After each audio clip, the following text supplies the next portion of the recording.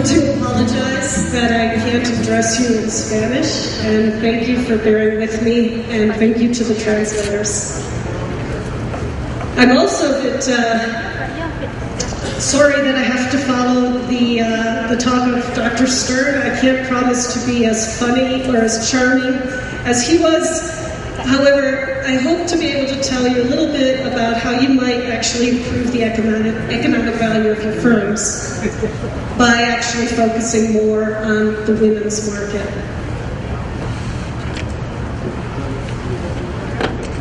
So as a representative of Women's World Bank, we're obviously very focused on women. But I think we have a very compelling reason to do so. And it's not just social. There are very compelling financial reasons to do so. First of all, we're all engaged in the business of trying to provide more financial services to financially excluded or formal labor markets, or just in general studies of women of low, or people of low income. You will find women make up 60, 70, 80% of those populations. Women are the key agent for achieving our development goals.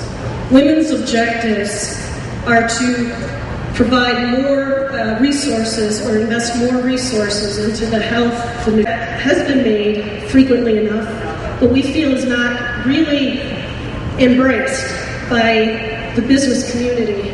There's a strong focus, a strong link between a focus on women and financial performance. We know women-focused MFIs outperform, have learned that women-led institutions, or at least corporations, they end up with a 53% higher return on return on equity than institutions that have very low representation of women.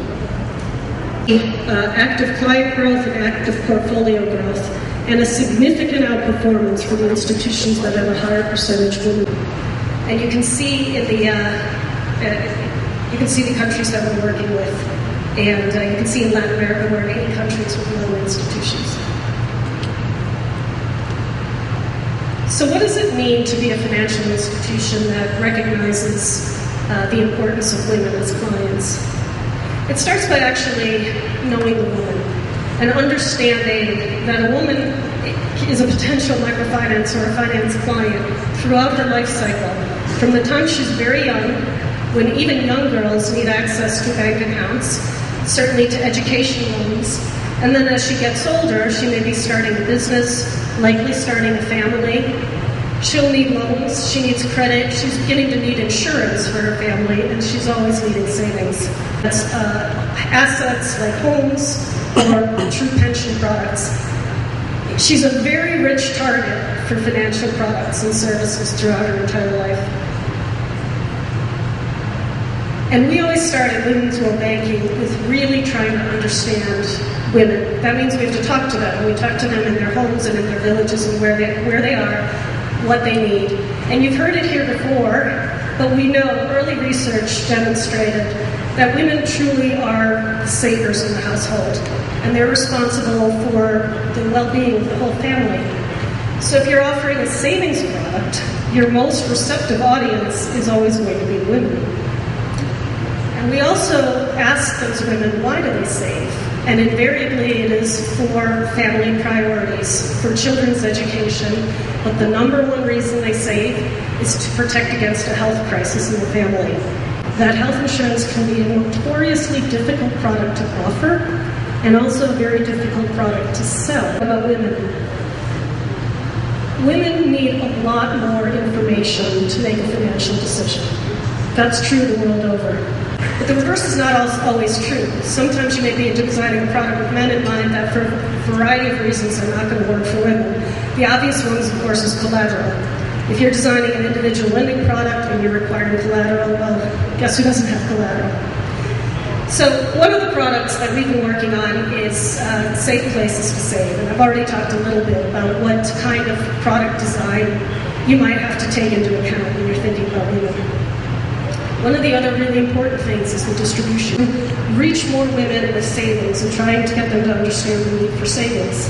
Well, sometimes it's very hard to reach masses of women if you're not constantly in communication with them.